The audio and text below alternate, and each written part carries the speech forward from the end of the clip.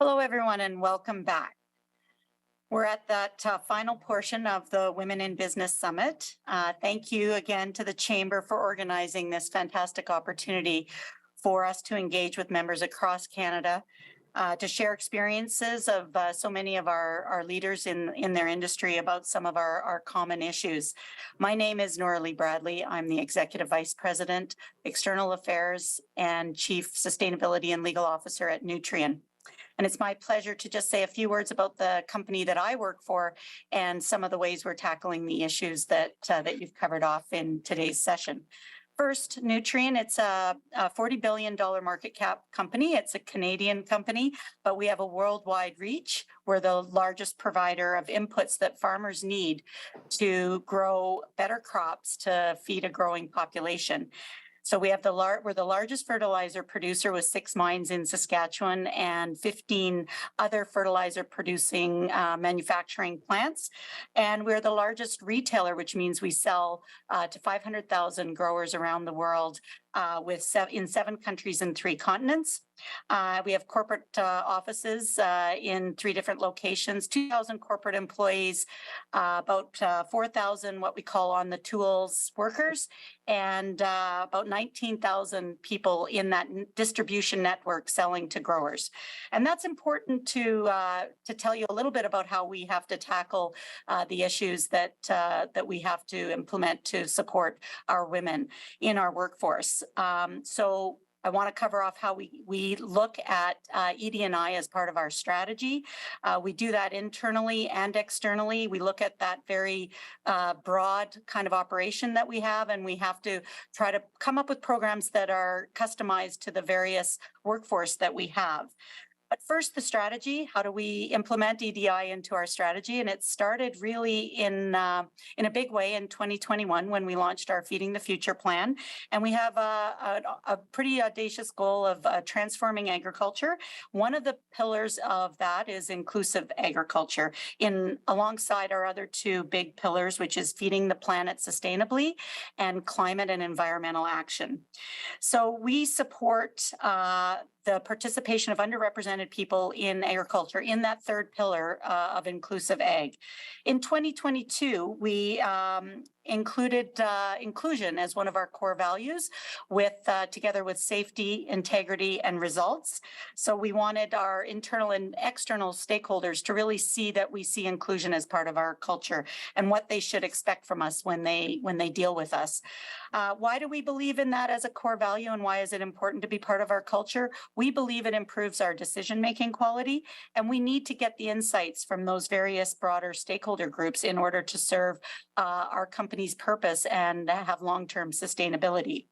In 2023, we implemented a strategic inclusion plan that was very comprehensive, that dealt not only with workforce, but also our supply chain, community, and industry.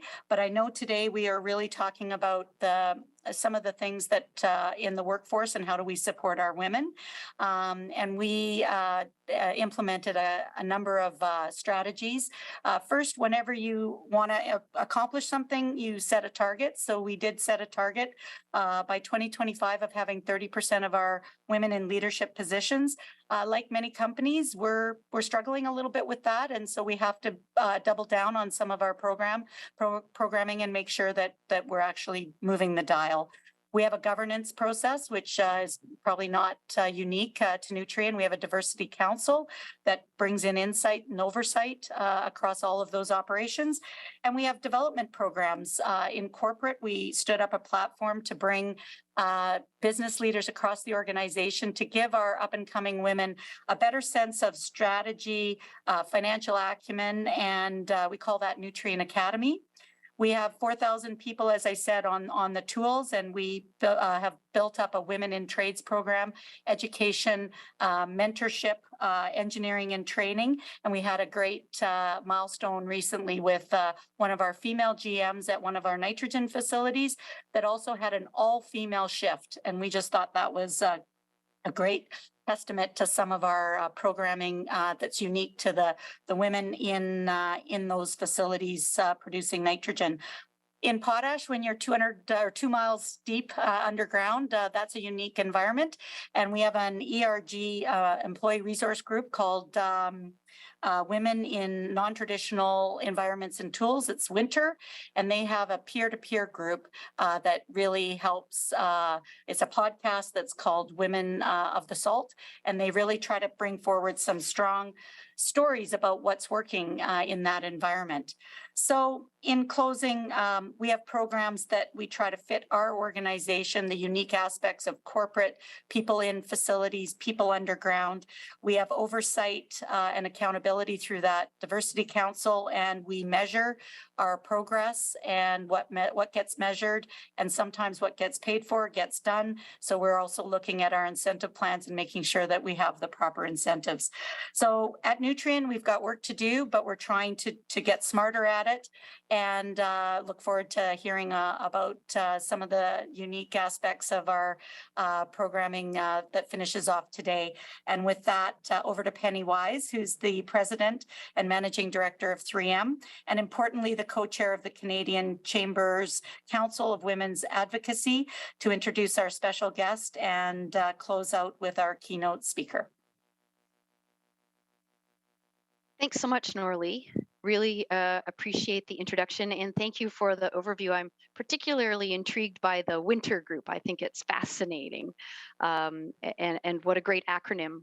Well, I'm delighted to be here. First of all, thank you for the many notes that I received about the discussion that was held earlier today. I'm amazed at all the women out there who have STEM stories to share, so thank you.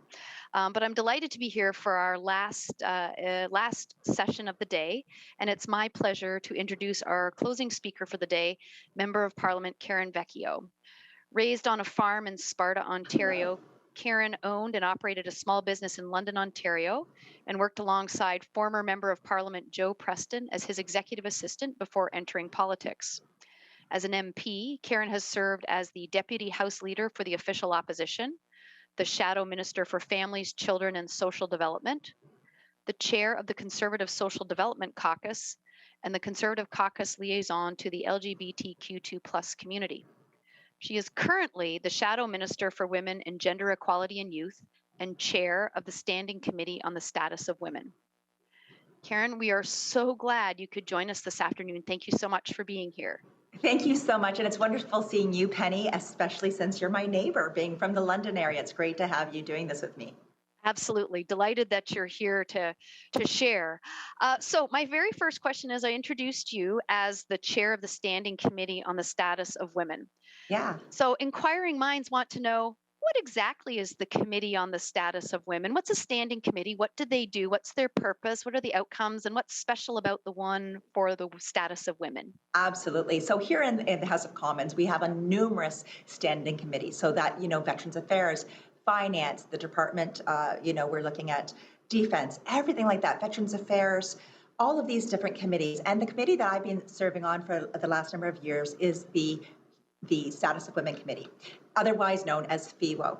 FEWO, what we really do is we take and look at federal policies and sometimes provincial policies, municipal policies, how things work in Canada and the impact on women.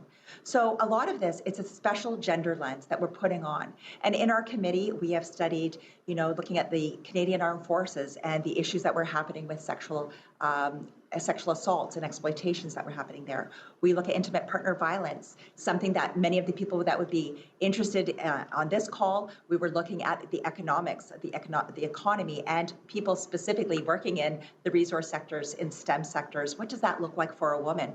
And so over the last number of years, we've done great studies. And today, for instance, I'll be tabling the study on abuse in sport. And we were able to look at what does that look like at the federal level and what we can do when we know that there is abuse in sport, looking from the grassroots up to the federal competition level. Awesome. Thank you for that. Now, when you and I were talking about this conversation, you started to talk about the impact that the standing committee has and how well it works compared to some of the other standing committees. So I wanted you to share that because I think it's indicative of how many times women work together and work very collaboratively and find answers. So I'd love you to share that story with us. I think, Penny, since the 2021 election, I would have to say we have really created this incredible committee. I was on this committee for a number of years, 4 years before, took a little break and had gone on to another committee. But we work together very well. And it's the issues that we deal with. When you're dealing with things that are like intimate partner violence, when you're dealing with issues that are very, very personal, there needs to be, things need to be trauma informed. So we've worked together to understand that when we have witnesses coming in, we need to look at not only of the goal of what we're trying to do as a federal government, but the goal of what these witnesses are asking of us as well. We're asking them to come in. So when we're talking about intimate partner violence, we need to listen. And what we've really recognized is, as women, when we are putting out reports, the importance of there being this collaboration. Because if a survivor, they do not want to become a political pawn. What they want are recommendations where people are working together to ensure that their safety is the goal. And that's what I find all the time. It's a bunch of women, and we have Mark Saray, never get me wrong on that, and many men do come and sit on our committee. But we collaborate on those difficult issues. We have those really hard conversations. We just finished a study on human trafficking and sexual exploitation and what that looks like across the country. And, I think the fact is many of us are moms, sisters, daughters. We think in a different mindset because of that, sometimes that family orientation of just who we are and that compassionate lens that many Canadians deserve and need. Thank you. And just from the examples you gave, you deal with some very, very heavy topics. And Yeah. that can be, I think, very draining, but also very fulfilling when you make an impact. Penny, that's exactly the case. I know when we were doing the human trafficking study, I had said, I think we should go on the road. And that would be where we take the committee and go to some of these sites. So we went out to East Vancouver and worked together. We went to Halifax, Sault Ste. Marie. And sometimes those personal experiences together really bond you as well. So I think that's something you see in our committee. We're very bonded because we have worked on some very difficult issues together. And what do you think success for your time as chair of the standing committee looks like? Like, what would you be like? This is on my resume. I'm very proud of this. What do you think? Well, I would say right now, the collaboration, when we put down reports, they're unanimous. It's because when I look at that, it means that everybody's voice was being listened to. And that's really, really important. When I look at reports, you have dissenting reports, many, many cases are supplementary reports. But what's important to me is when we're working on issues where we need that collaboration, where at the end of the day, we really do need to find a solution, we collaborate and come down to a balance. And a lot of times we're negotiating, you pull off to the side, you suspend and you negotiate saying, what is your bottom line? And a lot of times that's what you'll see. What do I want to see in there? And what are things that we want to see excluded? And we try not to play the political games in this type of committee. Awesome. I know that I had the opportunity to speak to the standing committee a couple of years ago on the need for daycare and quality Yes. and consistent daycare for women to support it. And it was an honor to be part of that. So thank you. So now I want to just switch it up and I just want to ask you, there's going to be a super broad question. What is your view on the current situation of gender equality in Canada? Wow. As I said, Penny, I knew this question was coming. And, I think it so depends on that individual. I think you and I, we're out there, we're pushing and we're striving to succeed. And I know, Penny, you have broken a lot of glass ceilings. And so I think as women, we see that we support one another. I think what we see here in the House of Commons, when we talk about what does gender equality look like, to me, it's ensuring that voices need to be heard, that voices are at the table. So I see it as a work in progress. I see that here in the House of Commons, we're really working to try to do that. It's not always perfect, definitely not perfect, but across this country, it's very different. I think for me, what gender equality looks like is the opportunity for all, that regardless of your gender, you should be able to do it. And I think sometimes there are barriers to having that equal opportunity. And sometimes it is because of your gender and being a woman. We need to address those things. And I know you were talking about STEM. Those are things where I think, yes, the academics, that ability to achieve that is one thing, but then that ability to work in the field sometimes doesn't always mesh as well as we would hope.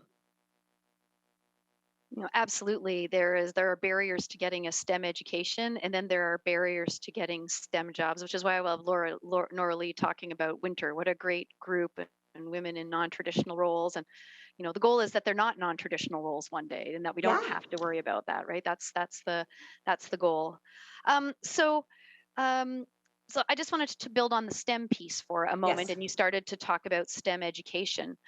So I work for 3M. Science is at the core of who we are. So we're obviously very passionate about STEM, and I feel very strongly about STEM and making sure that we are providing opportunities and removing barriers around STEM education and STEM Mhm. jobs for underrepresented communities in Canada. Because as we think about the future of the Canadian economy, net zero economy, we really need full engagement and we need those skills.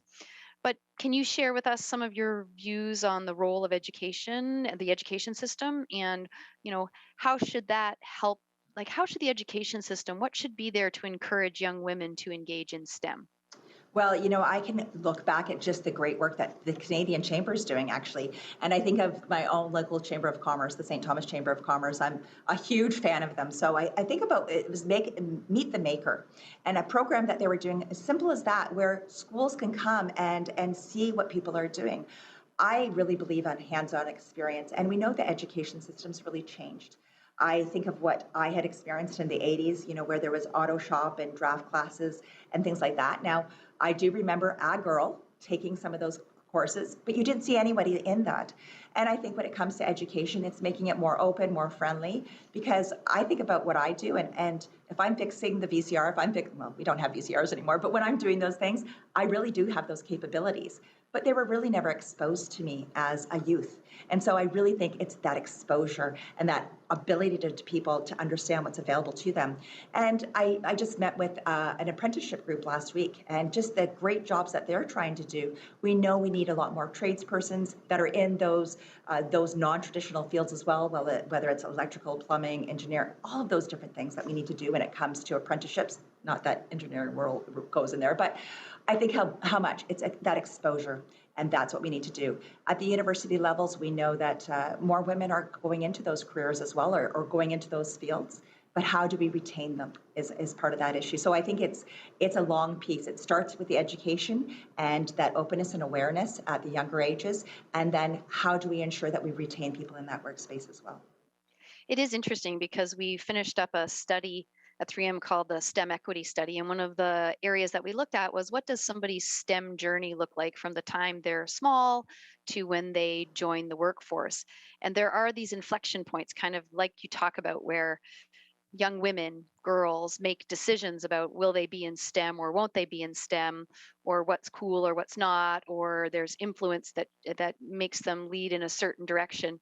And so there is the getting all the way through school, but then also overcoming the stigmas and the challenges inside the workplace. And I know there were discussions about that earlier. And then also there were I've in some of the other panels I've been in, women who have been in non-traditional roles and some of the barriers that they've had to overcome. So there's quite a bit of work to do, For but sure. an opportunity um, to really make a difference inside schools. And I think it's a job for academia, business, and government to all come together to take care of that. So I wanted to ask you about politics, but Yes. maybe I'll start before you got into politics. When I was giving you, when I was introducing, you obviously come from Sparta, a small town in southern Ontario, just outside of London. But before you joined politics, you owned and operated a small business in London, Ontario. Mhm. Can you share with everyone what was this experience like for you, and were there challenges? As a woman, as a small business owner, because obviously throughout today we've been talking about small business, and women or small business is 98% of the business in Canada, and women are about 20% of those business owners. So there's obviously challenges and opportunities. So what was your experience? Well, this was about 20, I'm just trying to think. My daughter, who is now 25, was just born. So this was when she was just born. So I was a brand new mom and I have a newborn child with two sons above that. So I had a 4-year-old, a 2-year-old, and a brand new baby. And we had owned a coffee house. To be honest, I look at it now and I think the best experience of my life. But with living it, the worst experience of my life. Learning about, because I really got into the administration. So learning about the, the income tax, the ITCs, learning how to do those types of things for small businesses, understanding payroll and the human resources side of things.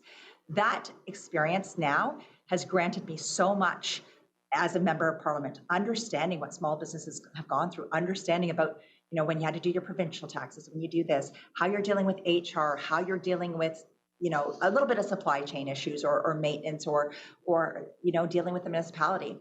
I would say that experience, especially with 3 children, my children were very, very young. And if it wasn't for my best friend and my mother stepping forward, there would be no way that I could have done this. Unfortunately, I'm very a big supporter of childcare, but in my situation specifically, I work till 1 o'clock, sometimes 12 o'clock, 1 o'clock in the morning. So I needed a different type of childcare. So that's where my family really, really stepped in. And that's where I'd say my biggest loss was not being able to spend as much time with my kids as they were younger, because we're really working to build that business. It was really difficult, but I would do it all over again, maybe if the children were a little bit older, just a little bit older. And if we were maybe a little bit more financially secure as well. We took a big risk, and I learned so much, and we succeeded. And so I know, as I'm looking at other women, I'm thinking, 20% of small businesses being owned by women. I'm meeting with lots of women today, and we're talking about, I was talking to UPS about how we can do more in exporting, how there are different things that we can do, and how we can take these small businesses and grow those businesses. And I hope with that type of supports and resources, that women will continue to grow and be able to make their love and passions into that business that will be very, very successful. Well, thank you for sharing that story. And I know that you said you regret not spending as much time with your children as you want, but I am sure they are the people they are today because they were inspired by you and how that's their life and that's the way they grow. And I think it inspires that next generation. So what happened to the coffee house? That was enough time to move on. Do you know something? It was, and like everything, they're very difficult on marriages. Our marriage got through it, but for me, it was such a life moment. And I had said to my husband, it was just too much at that time in my life. And we sold the business. But what was really good when we sold it, we started on our very first day, because it was an existing business. Our very first day of sales was $87. And I remember that $87 because I'm like, we can't even pay for our staff or our coffee or anything else. But when we sold that business, it was successful. It showed what hard work and passion and just hard work can really do. We took that business and we flipped it. And that is what I'm really, really proud of.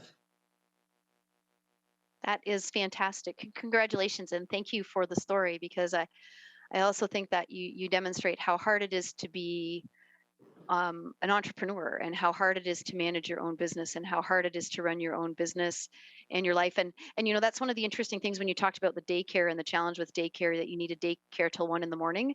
I think that's another thing that we also have to think about as we're thinking about the social infrastructure that we have in Canada, is that not everybody works 8 till 5 or 9 till 5 or whatever. There's so much flexibility, especially for women, because so many women work in the service economy or other parts of the economy that don't run like that. And especially for an entrepreneur, because an entrepreneur, I think it is a 24/7 job. Even when you're sleeping, it's turning in your head. You're still working, right? What can you be doing in the next day?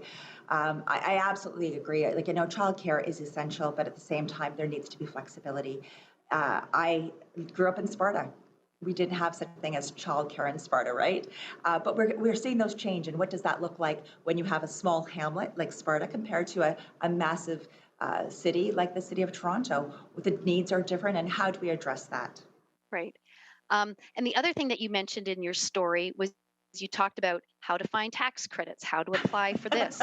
So I'm going to ask you about red tape reduction, because one of the things that we've talked about on the Women's Advocacy Council, and one of the members who was part of our team in previous years used to talk about how she spent time helping small businesses understand how to apply for funding, or what new funding was available, or which ones were they eligible for. So I just wanted to ask you your comments on that. That's obviously real world experience that you're bringing to politics today. It was real world politics. I remember sitting down with the first person that came in for assistance with Joe Preston's office, and they had never done an ITC before. I'm like, hand it over to me. I'll show you what we need to do. There you go. Here's the template. I think a lot of times it's resources. What's available to you, and making sure that we do cut that red tape. We talk about gatekeepers, and you do see that. You want to make sure it's easier, especially for small businesses, to get started, and making sure that, everything from doing your GST monthly versus quarterly versus annually, what works best for that person. So I think we really need to make sure that we have strong advocacy, strong resources, that the one-stop shop where you go and you see what's happening. I think that we have to have a very customer-friendly response from the government. When we're looking at supports, there's lots of different supports that small businesses can apply for, especially if you're a woman or different things like that. We need to make sure that we are making people aware of what's available, and some programs and how we can work. Exactly what you're doing, at this group today, and exactly what the Chamber does. How people working together, I think that's a great way of reducing red tape too, just common sense. Absolutely. Absolutely. So now I'm going to come back to politics. Okay. And it did come in as a question, which is interesting as well. And I share the question. So politics. So first of all, I want to ask you a little bit of your story about how you got into politics and what drove you to get into politics. But then I want to talk about women in politics and kind of the political landscape, and not necessarily get political, but it's kind of an ugly arena and you have to have thick skin, right? And so, but how did you decide to get into politics? What was the impetus for that? Well, I think politics is really all about people, and we have to recognize that communities, the work that you're doing, whether you're working, whether you're building a house for Habitat for Humanity, or out there as a boy, a Cub Scout, doing anything, it's about community, and that's where politics all begins. It's about communities working together. And so for myself, I was always involved in politics just because my family being involved. I had I always worked on elections, campaigning, whether it's municipal elections, knocking on the door on important things. And so I was involved in politics from a very, very young age. And I think it had a lot to do with the 6 o'clock news. I grew up on CFPL TV London, and 6 o'clock news was the time that my father came in from doing his chores. It was the time that my mom was doing, because she ran the business side. And it was by the time everybody got home was 6 o'clock. And you turn on the TV, and it's about politics. It's about communities. And so that's where it all germinated, right? It was at the family table. And I think that's what we see for many, many people that are involved in politics. It's a passion within their family because they talk about it and they want to see their communities. That's how it grew. I got involved in many elections, and then Joe Preston in 2004 had asked me to come and work for him after volunteering on one of his campaigns, and knew the work I was doing. And then from there, I had an extraordinary mentor who was Joe Preston, who just let me on this extraordinary long leash. Karen, go out and figure it out. Just don't get yourself in trouble. And that's the kind of leadership I had. So that mentorship was really, really important. And so then here I'm able to take that and build on the skills that he's taught me about, just listening, those important things. And having a mentor was probably my biggest thing of getting into politics. Having people that believed in me to say, hey, let's do this. And knowing that I had them, I always had their support. That's awesome. And one of the things that I like to talk about is it's not just mentoring, but it's championing. And that's what Joe Yeah. sounds like to you. He championed you and gave you opportunities and put you out in front of people He sure to did. find your runway and find your strength and find your power. And I think that's really a really important component of your success. So tell me about Absolutely. being a woman in politics, and how do we get more women in politics, and how do you, it's a tough arena. Now, yesterday we were talking about, I think about 30% of our parliamentarians are women in Canada. Yeah, yeah. And 50% of the population in Canada is women. So we still have a little bit of work to do there. Yeah, absolutely. First of all, I think that when we look at politics, what level of politics women are getting involved in, and you'll find the majority of women are going to be involved in municipal politics, then provincial, and then federal.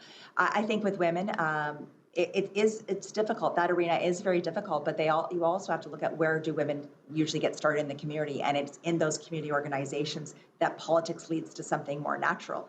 And so you'll find much more women in that municipal level. The federal level, I think there's so many barriers to it. Whether you live in, and my friend Leila Goodridge, a brand new mother once again, congrats, Leila. Just last month, she had a baby. She lives in Cold Lake. That's a really long travel for a brand new mom to get here to Parliament. But she's willing to do it. She wants to do it. And I think sometimes those are the barriers. We're in a huge country. We're in a country that, you know, you just can't drive across in an hour like some of the countries we see in other places, but it's just very, very different. So here, what I find is I'm surrounded by really good friends. And that is what I found here. And I think, yes, we're at 30.9% when it comes to how many women are involved in our federal legislature. And just last week, we had the Czech Republic here, who are sitting at about 26%. It's fine to say we're focusing on gender equality and we're going to put a 50-50 cabinet. We do things like that. But it's really about the women's voices being heard. And that's what's important, is you can put everything on that looks really good in a photo, but it's about when you actually sit down at that table, whether the voices are being heard or not. And I think what we have done and what I see from a lot of the women here, we really do champion one another as well. And I have a great leader, like I feel very wrapped around and supported as well. And that's what I'll find from my male colleagues and my female colleagues. That being said, we know that this place can be that's vile is sometimes the word I think I've heard people say, but sometimes sometimes you hear about it being misogynistic. Our whip, she's a phenomenal, Carrie Lynn Finley out from the BC area. She brought up something that happened to her yesterday, which was very misogynistic. And you just sit there going, why is this still happening, right? She's a female member of parliament. She's been a minister. How can we still treat women like that? Sometimes you just wonder. But that's where we all stand up the very next day and we link into one another's arms. And hey, we're working together to break those barriers together. And I have a lot of male allies that are ensuring that we do so. That's fantastic. What advice would you have for women in the audience today, or women in general, about if they're interested in politics? You know, how would you, if you're not sure about it, how would you figure out if politics is for you? I think it comes back to community, and starting in the community is kind of where you linked back to. Absolutely. And I think you're not built for politics. I think if we have 338 people that are politicians up here, it wouldn't work. We need to have people that are bringing different skills. Penny, what you would bring to the table is very different than what I bring to the table. So we need Penny and Karen at the table. And I think the thing is, don't question whether you are a politician or whether you should get in this. Recognize that you have skills and thoughts and concerns that you may be that champion that should be that voice. And I think that's kind of where I was feeling like a voice for the community. And now that I've got myself into different positions and really working on these women's files, that passion is definitely there too. So for any woman who's working out there, that passion, how you see your community, how you can help it and make it better. And don't think that you have to be this person in this box. You can be whoever you are and just get out there and speak to people, but most of all, listen to people. I think that is a really important point, is listening. So a few more questions. So Sure. we're going to open it up for questions from the audience in the next couple of minutes. And I Sure. see like my screen of questions completely disappeared because we covered them as we talked about politics. But one of the questions that did pop up was around this idea, this question around what are the most important pieces of legislation that could be passed that would help more women get into is there legislation? Maybe it's more of a discussion question for you. The question was around, how do we ensure there are more women in senior leadership roles? And it was a question around legislation, but is that the answer? Like, what does that look like? Is it quotas? Like, what's your thinking on that? Well, I think it was back in 2010, maybe 2011. It could be later than that. Sorry, maybe even 2013. Kelly Leach, she was the Minister of Women back under the Harper government. And what they did at that time, they put in a base about the 30% rule for people in corporates and boards and that type of issue. The issue is now, when I know in 2020 and 2021, I was looking at some of the stats, some of these boards in Canada have met that 30% and gone 50%, have gone 70%, are doing fantastic when it comes to diversity on boards. But we're not seeing that in all. And that's something that there needs to be accountability, these boards that are, and in some cases, still all men. There needs to be some accountability on that as well. So I think when we're looking at that, having a minimum of 30% on a board, making sure a woman's voice or diverse voice is heard, extraordinarily important. And so all the legislation's in there, the accountability mechanisms, not so much always. So that's a concern that we would have there. I look at legislation, some things, childcare, of course, they're doing legislation on that, although I think it's different what we need to do there. We need to continue to work with the provinces and territories, and not so much that legislation makes it better, but programs and resources make it better. We can put as many pieces of legislation, but if we're not implementing them and making sure that they're best for women, they're not as useful. This might sound like a crazy thing, but we've started this study on menstrual equity. And I remember last year when I was asked about it in 2022, someone had talked about it, and I said, well, when we talk about menstrual equity, we need to talk about sustainability, because it can't just be about free products. And we started this study just last week, and it's fascinating because especially since we're talking to people who've been in the STEM field, and I think of myself as a parliamentarian, we go sometimes 25 hours of votes, meaning you cannot leave your chair. And that's how it was pre-COVID, was that you sat in your chair. If you got up during a vote, you lost your vote. You need to sit in your space. What does that look like for a woman who may be menstruating? Very, very different. And, we need to think about those things about women, and biologically, some of those challenges that we have as women. We once a month have to have some privacy, and we need to make sure that those spaces are available to women. And I think that's really important. And so when we talk about, what does it look like on work sites, we need to make sure that there are places for women to have those resources available to them, those bathrooms, that water available to them, that sometimes we don't actually consider. So I think it's a broader discussion that is just common sense. Like, of course you need that for women. Of course they need to have a bathroom. Something as simple as that. Those are barriers that could be really challenged. I love that story, because I think many of us can relate to it, not necessarily sitting in Parliament for 25 hours, but like sitting in a room full of men for meetings, and like, I need to get up and I need to go. Like, I need to, and it's like in some places you are welcome to do so, and some places you are not. And so Absolutely. I think that's that's the kind of detail you get to. So again, I'm opening it up for questions, but who do you admire? Who do you admire in politics? Who do you admire, women or men, or who do you, and why? Yeah. I was very fortunate. When I came in 2015, Rona Ambrose was voted our interim leader. I don't think you could have asked for a better role model for any woman, whether you were coming in as a Liberal or NDP or Bloc member. Rona Ambrose, this small little piece of dynamite, is who she was. The way that she could hold herself in Parliament, the way that she spoke, and the elegance that it's funny, she was a hardcore woman, but she was elegant at the same time. She just had this incredible balance of her. So I'm really inspired by her, the way that she handles herself, the rational, compassionate woman that I see. She's something that I really admire.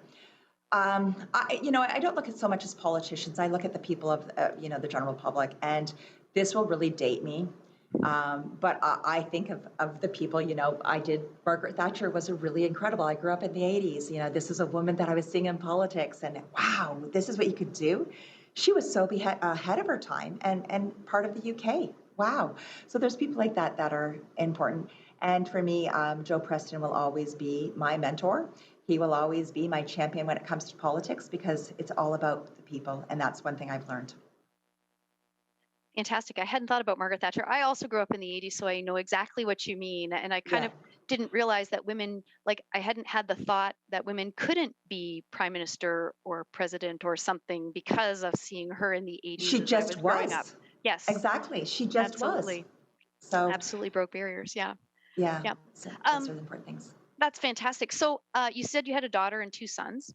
Oh, no. Oh, golly. Sorry. No? 3. That's 3 sons, 2 daughters. Okay. Oh, yeah. I'm a busy, crazy lady. Okay. Yeah. You are a busy lady. Not crazy, just busy. So,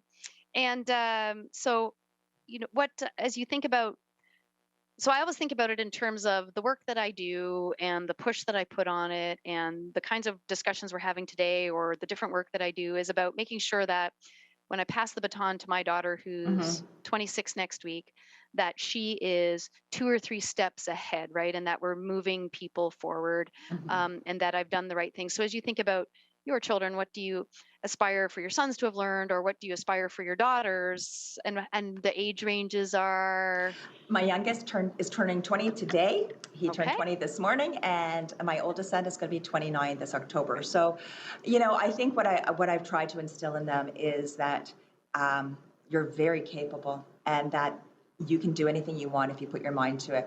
Also, love what you're doing. Have a passion for what you're doing. I look at jobs, I grew up at a time where we talked about loving what you're doing. And we talked also about, well, getting a job, you have your job so that you can enjoy life after and, work from 9 to 5 and then go and have fun after. I think you have to find a mix of both. It's not just about going to work and getting that paycheck, but it's about feeling that you've made a difference or making something. So I think with my kids, I've wanted them to really recognize that they have individual thoughts, individual needs, and they're all 5 independent thinkers. I cannot take my oldest son compared to my youngest son. They're so different, but they're still my sons, and they think differently, and I really respect the difference of thought. We in our own family have great political debates because we are not all the same, and that's the one thing I really want them to understand. Diversity of thought is really, really important. Fantastic.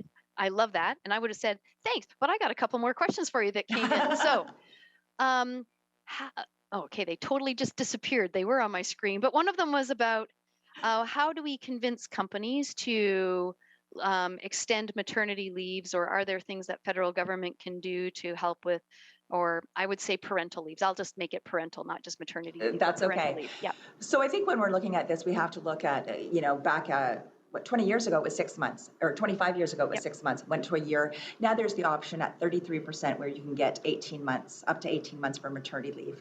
I think under the federal government, they're making those, we've got those under the Labor Act, and what the provinces can do, they continue to work. And for companies, I recognize there's things that we can do, but I look at the leadership, for instance, Penny. Do you know how we make changes? Because Penny's at the helm, because Penny has a voice, and the importance of this. And so I think by having women in leadership, that's how companies will change, because they understand the different experiences that are growing there. Every company is a little bit different. The flexibility may be a little bit different too. And what you're expecting. What I've really noticed, because of COVID, I've really noticed how jobs have changed. So many people working from home. But I always say it's really hard to do that customer service in a store if you're not at the store. So we have to find a way where this works. And moving forward, it's complex. And I think that when you're looking at bosses, it's about understanding. If there's a job to be done and you've got a time frame, what does that time frame look like? And how can we work? But managing people and human resources is a huge important piece in the work that we do. And I just think understanding most jobs are 9 to 5. There are going to be expectations. Sometimes maternity leave is going to be, difficult to take. Well, you always are going to get it, but we understand for some women, sometimes it's difficult to take as well because you have that passion. I think we really have to assess what works for us individually, whether it's taking a 12-month maternity leave. For some women I know, especially if they're entrepreneurs, what the heck is maternity leave, they say. They don't have such a thing. In some cases, they may have paid into EI benefits for that maternity or sick benefits. But at the end of the day, an entrepreneur just doesn't take maternity leave because they're still running a business in many cases, because they may be the sole proprietor. So we need to look at those flexible things as well. I like the way you described it. Every situation is unique. Some women want to be on maternity leave for 18 months. Some people don't, and some people don't have. So I think that's a really great way to describe it. So we have come to the end of the session, and it was just, Karen, it was so lovely to talk with you again. And I really want to thank you for closing out this year's Women in Business Summit. Really appreciate the insights and the range of topics that we covered this afternoon. So thank you so much. Thank you so much. And thanks so much. And good luck to everybody at the Chamber. Thanks for all that you do for our communities. Awesome. Thank you. And with that, that brings us to the end of today's program. I'd like to say a quick thank you to all of our keynotes, our speakers, our panelists. I know that the audience, we're leaving not only inspired, but you've also equipped us with some practical real world tools and strategies. So thank you so much for your insights. I'd also like to thank today's sponsors for making this summit possible. as well as my fellow members of the Canadian Chamber's Council for Women's Advocacy, and of course, thank the Canadian Chamber of Commerce and the network for your support and dedication. And finally, perhaps most importantly, on behalf of the Canadian Chamber of Commerce, thank you to all of you who have attended today in our audience. Thank you for joining us at this year's Women in Business Summit. Have a wonderful rest of your day, and we'll see you next year. Thank you.